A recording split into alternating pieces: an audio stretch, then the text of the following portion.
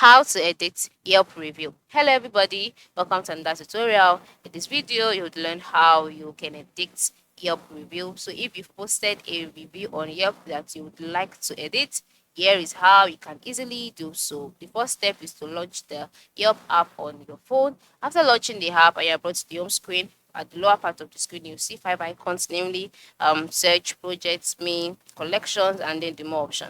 And then all of these icons stand for something. The next step is to tap on the me icon at the bottom part of the screen.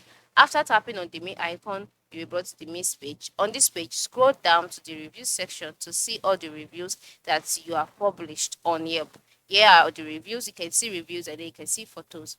So under the review section, the next step is to click on the review that you would like to edit. Okay, so after clicking on the review, you'll see other options like edit and remove. Click on edit, then erase the previously written and write what you want to write. That is, edit the review, and then once you're done, confirm it if it's correct. Click OK, and then just like that, your Yelp review would be updated.